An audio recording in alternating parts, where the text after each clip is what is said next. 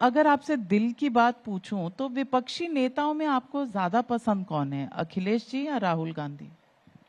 देखिए, दोनों एक ही सिक्के के दो पहलू हैं। दोनों की उपस्थिति एक राज्य में है, एक दिल्ली में है। दोनों की उपस्थिति भारतीय जनता पार्टी के रास्ते को और साफ करता है। बहुत लोगों की नजरें टिकी हुई हैं, खास करके विपक्ष की तो हैं ही आप पर नजरें। कह रहे हैं कुछ सही नहीं है, पॉन्टून ब्रिज नहीं है, व्यवस्था नहीं है। कह रहे हैं आपने स्पोर्टिंग इवेंट बना दिया है सारे अपने कैबिनेट को ले जाकर। श्रद्धा ऐसे नहीं होती। देखिए, आयोजन ऐसे ही होते हैं। और 2013 से लोग तुलना करें या 1954 से तुलना करें तो आयोजन कहां से कहां तक पहुंचा है। वो कहते हैं इंटरनेशनल अवार्ड मिला था 2013 में। इसीलिए तो आजम खां को बैरंग वापस आना पड़ा था एयरपोर्ट से। योगी जी, कंपटीशन तो चलता रहता है, ये लोकतंत्र की एक परंपरा है। लेकिन अगर आपसे दिल की बात पूछूं तो विपक्षी नेताओं में आपको ज्यादा पसंद कौन है, अखिलेश जी या राहुल गांधी? देखिए, दोनों एक ही सिक्के के दो पहलू हैं। दोनों की उपस्थिति एक राज्य में है, एक दिल्ली में है। दोनों की उपस्थिति भारतीय जनता पार्टी के रास्ते को और साफ करता है। ये जितना बोलेंगे हमारे लिए उतना अच्छा एक रास्ता खुलता है। तो मौनी अमावस्या को इनको मौन धारण कर लेना चाहिए। देखिए, मौनी अमावस्या हम लोग तो एक योगी के रूप में भी और मुख्यमंत्री के रूप में भी मैं मौनी अमावस्या की सभी श्रद्धालुओं को और पूरे प्रदेशवासियों को अपनी शुभकामनाएं देता हूं। बहुत बहुत धन्यवाद। मिल्कीपुर लेकर जाएंगे या? मिल्कीपुर हम लोग जीतेंगे। मिल्कीपुर तो 5 फरवरी को ही चुनाव होने जा रहा है। बीजेपी जीतेगी। हम 9 में से 7 जीते हैं, 10 में से 8 बीजेपी जीतेगी।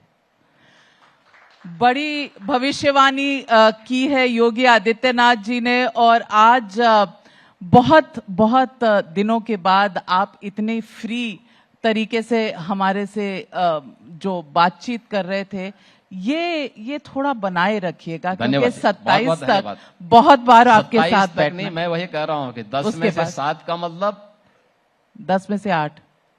10 में से 8 का मतलब बीजेपी पूरे आने वाले समय में 4 यानी जो पूरा 10 में से यानी 80% सीटों पर भारतीय जनता पार्टी का वर्चस्व होगा। ये आप देखना 2027 में भी। बिल्कुल, आपने इस तरह का वहां प्रदर्शन देखा है लोगों ने कि चाहे वो देश से हों या विदेश से हों, लोग आस्था से आ रहे हैं। और जिस तरह का वहां अद्भुत एक मेला सा लगा हुआ है कि लोग वहां आ रहे हैं, डुबकी लगा रहे हैं, और इस तरह का वहां पर दृश्य देखने को मिल रहा है। लेकिन योगी जी, एक बात पूछना चाहूंगी, किसी विपक्षी नेता ने आपको फोन करके या कुछ कभी कॉम्प्लीमेंट दिया कि योगी जी आपने कमाल कर दिया? देखिए, ये सब कार्य किसी कॉम्प्लीमेंट के लिए नहीं होते हैं। ये हमारी आस्था है और एक सरकार के नाते आम जन की आस्था का सम्मान देना ये हमारा नैतिक दायित्व भी है। अपने इसी नैतिक दायित्व का निर्वहन करते हुए डबल इंजन की भारतीय जनता पार्टी की सरकार इन आयोजनों के साथ जुड़ी हुई है। हां, मुझे इस बात की प्रसन्नता है कि जो लोग पहले भारत की आस्था को सम्मान नहीं दे पाते थे, नहीं देते थे, अपने वोट बैंक की तुष्टीकरण की नीति के लिए जो लोग बदनाम रहा करते थे, वे लोग भी अब जाकर के प्रयागराज में त्रिवेणी के महासंगम में डुबकी लगा रहे हैं और पुण्य के भागीदार बनने के लिए उतावले दिखाई दे रहे हैं। ये अच्छी बात है और प्रयागराज तो सबका है, आस्था सबकी है, उसको उसके अनुरूप फल मिलना चाहिए।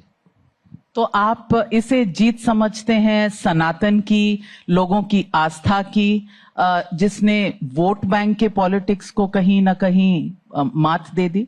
देखिए, ये हार और जीत का प्रश्न नहीं है। ये इस बात को साबित करता है कि सनातन पहले भी था, आज भी है और आगे भी इसी प्रभावी ढंग से अपनी यात्रा को आगे बढ़ाएगा। इसमें कोई संदेह नहीं होना चाहिए, किसी को नहीं होना चाहिए।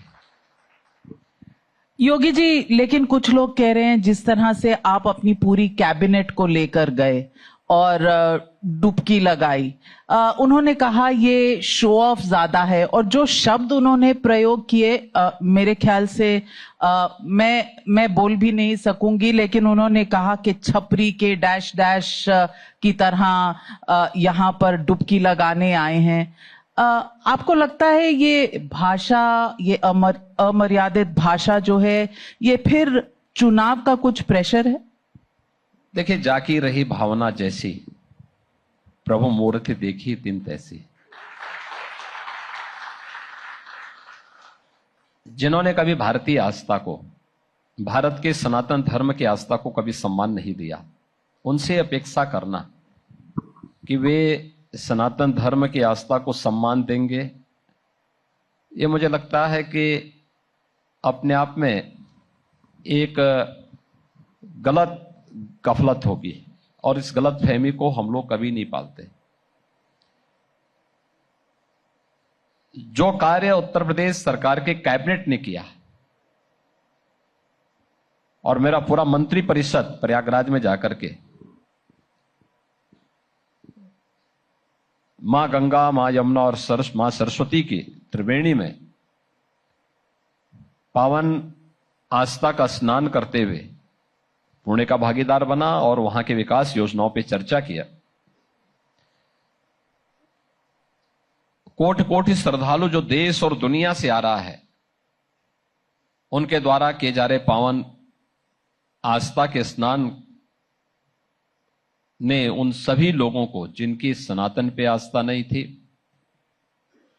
जो लोग अपने तुष्टीकरण के लिए कुख्यात हुआ करते थे, उनको न केवल डुबकी लगाने के लिए मजबूर कर दिया, बल्कि उन्हें भी अपने पुरोधाओं की मूर्ति को और उसके स्टेचू को वहां पर कहीं स्थापित करने के लिए भी मजबूर होना पड़ा कि नहीं, ये भी कोई स्थल है, यहां पर भी इसका भी महत्व है। हम इसको नजरअंदाज करेंगे तो ये आस्था न जाने कितने लोगों को नजरअंदाज कर देगी।